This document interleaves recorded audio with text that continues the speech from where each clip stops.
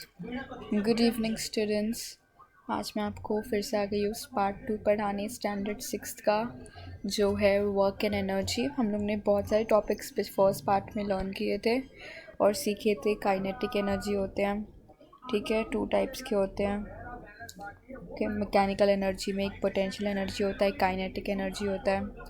हमने पढ़ा रिलेशनशिप क्या होता है वर्क और एनर्जी के बीच में। हमने पढ़ा डिस्प्लेसमेंट टेक प्लेस होता है जब भी हम लोग फोर्स अप्लाई करते हैं कोई भी चीज़ में। अभी हम लोग का टॉपिक चल रहा है फॉर्म्स ऑफ एनर्जी, जिसमें हम लोग ने मैकेनिकल एनर्जी कर दिया है। हम लोग सेकंड पे जाते हैं, heat energy. The heat receives heat in proper quantities from the sun. That is how an atmospheric temperature favorable to the living world is maintained. Heat is a form of energy. Sunlight contains heat energy. Heat is produced by burning of fuel. Heat energy is used in the kitchen all the time. Heat is measured in the unit calorie. Try this. Take a convex lens and hold it over a sheet of paper in sunlight. Now move the lens in such a way that there is a tiny spot of the light on the paper. Hold the lens in this position for a while. What happens? सबसे पहले इधर heat energy बता रहा है। Most commonly heat energy हम लोग देखेंगे हमारे घर में जो रोज यूज़ होता है वो है स्टोव, गैस स्टोव पे। उस पर हीट आता है जिससे हम लोग अपना फूड कुक कर सकते हैं। सो इधर भी अर्थ के बारे में भी बता रहा है हम लोग को दिन कैसे वो होता है अर्थ पे, क्योंकि सन है, सन की वजह से लाइट आता है अर्थ पे और सन हीट भी देता है अर्थ को। तो अर्थ बहुत ही भारी मात्रा में हीट लेता है, रिसीव करता है सन से। दैट इज़ हाउ, और ये हीट के वजह से सन के अर्थ पे एटमॉस्फेरिक टेम्परेचर बना रहता है और मेंटेन रहता है। किसके वजह से? हीट जो सन के उससे आ रहा है। सनलाइट, सन का जो लाइट है वो हीट एनर्जी कंटेन करता है। अब हीट को मेजर करने का यूनिट क्या है? कैलोरीज को आप पढ़ोगे डिटेल में 8th स्टैंडर्ड में, पर इधर अभी आपको बस यूनिट दिया है। उसका हीट का मेजर यूनिट है कैलोरी। ये वाला देख लेते हैं। इस पर अभी एक कॉन्वेक्स लेंस लेना है, उसको हम लोग को एक पेपर के ऊपर रखना है सनलाइट के नीचे। इस तरह से रखना है कि इसका टाइनी होल आता है। अभी आप देखोगे कि जैसे ही वो जो हीट एनर्जी इस पे जा रहा है वो नीचे क्या कर रहा है, उसका वो छोड़ रहा है, क्या बोलते हैं, यू कैन से उसका रिफ्लेक्शन नीचे दे रहे bright colour. This is all because of heat. Heat इतना ज़्यादा अमाउंट में आ रहा है इस कॉन्वेक्स लेंस पे कि वो रिफ्लेक्ट बैक इस पे हो रहा है पेपर से, और पेपर से हमारे आँख में। Okay, third, light energy. We have learned that plants make their own food with the help of sunlight. It means that light energy is transformed into into the energy in food. Plants and animals use this food for doing their work. It means that light is a form of energy. Sound energy. You might have seen the glass panes of windows crack due to loud noise. Similarly, sound is used to control the movements of some toy cars. This means that some work is done by sound. It also tells us that sound is a form of energy.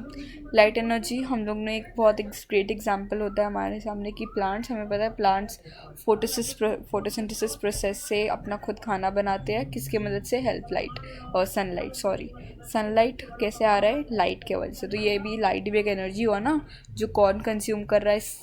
Plants consume कर रहे हैं अपना खाना बनाने के लिए। तो simple ये प्रूव करता है कि लाइट भी एक टाइप ऑफ एनर्जी है। नेक्स्ट होता है साउंड एनर्जी।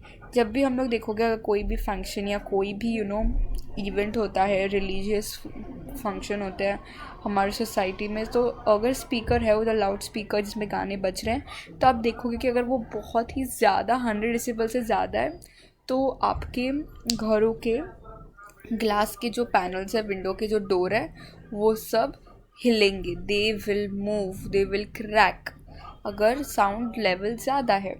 ये क्यों है? क्योंकि साउंड यूज़ होता है कंट्रोल करने के लिए मूवमेंट टॉयज़ का। तो ये भी बता देता है, ये प्रूव करता है ये दोनों चीज़ कि वो मूवमेंट के लिए यूज़ होता है। और एक हमारा जो क्या बोलते हैं विंडोज़ है वो भी हिलते हैं, वाइब्रेट होता है या क्रैक भी हो जाता है कोई जब वो साउंड से उसमें आता है, ठीक है। तो इसका मतलब साउंड भी एक फॉर्म ऑफ एनर्जी है जो विंडो को क्रैक ओपन कर सकते हैं अगर वो बहुत लाउड नॉइज़ है। Chemical energy. When wood burns, we get heat and light. Sometimes we hear a crackling sound as well. What makes this happen? The energy stored in wood is emitted in various forms through chemical action. Also, it is due to the chemical action in the lead acid battery that electrical energy is produced. The energy obtained through chemical action is called chemical energy. Chemical energy, जब भी कोई भी would हम लोग जलाते हैं, कोई भी लकड़ी जलाते हैं, तो हम लोग को क्या मिलता है? हीट और लाइट मिलता है. ऑफ कोर्स विंटर सीजन में मोस्टली वी बर्न फायर हम लोग लगाते हैं जब भी, यूजुअली इन विलेजेस. उसमें उधर रात को बॉनफायर सब बैठते हैं और वुड को जला के उन लोग हीट लेते हैं और लाइट लेते हैं. और ये सब में जब भी वुड बर्न करते हैं तो कभी कभी हम लोग को क्रैकलिंग साउंड भी आता है वो वुड बर्न होने का. ऐसा क्यों होता है? ये क्यों होता है? What makes this happen? क्योंकि एनर्जी जो वुड में स्टोर है वो एमिट मतलब निकलती है वेरियस फॉर्म में केमिकल एक्शन की वजह से. ये केमिकल साउंड की वजह से ये जो हम लोग को क्रैकलिंग साउंड आता है, इसके फॉर्म में एनर्जी जो वुड में स्टोर है वो बाहर निकलती है. यह आवाज़ इसलिए भी आता है क्रैकलिंग साउंड क्योंकि केमिकल एक्शन टेक प्लेस करता है lead acid battery. Produced electrical energy जो प्रोड्यूस करती है लेड एसिड, उसमें भी केमिकल एक्शन टेक्स प्लेस करता है. The energy obtain through chemical action is called chemical energy. Chemical action हुआ ना, इधर क्रैकलिंग साउंड हुआ क्योंकि वुड में केमिकल रहता है, वो एमिट कर रहा है, जो एनर्जी रहता है वो एमिट कर रहा है, तो इसलिए जो एक्शन है केमिकल का वो केमिकल एनर्जी बोलते हैं उसे. नेक्स्ट चले जाते हैं. Mechanical energy, heat, light, sound, chemical and electrical energy are the various forms of energy. हम लोगों ने पढ़ लिया ये वेरियस फॉर्म्स होते हैं एनर्जी के. Now observe and discuss. Observe the working of the various applicants we use such as fan, lamp, mixer, TV, radio, refrigerator, washing machine, cloth iron, in which form is energy supplied to them to make them work. Mostly ये सारे में हम लोग देखेंगे electric supply हो रहा है. Lamp में हम लोग प्लग इन करते हैं, ये भी गैस स्टोव है, ये हीट एनर्जी है फॉर्म.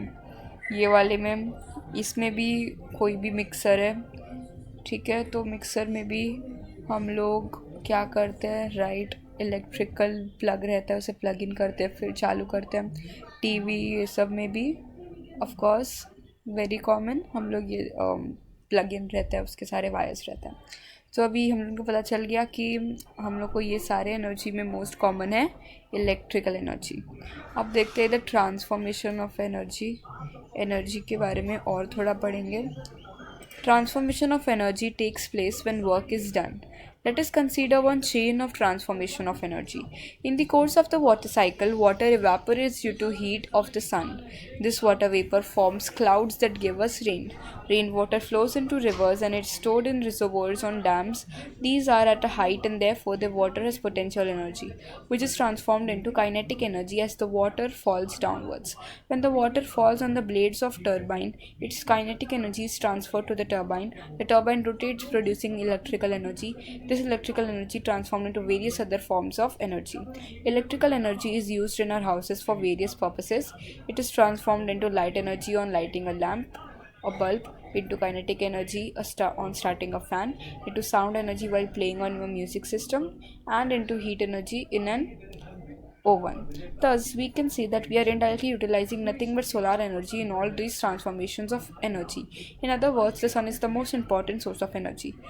ये अभी मैं आपको रीड में बताती हूँ, बट इधर कंक्लूड क्या होता है कि sun most important source of energy है.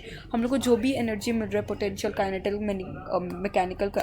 मैकेनिकल एनर्जी, इलेक्ट्रिकल एनर्जी, वो सब का मेन सोर्स क्या है? एंड सोलार सन. कैसे आप वो भी जानते हैं.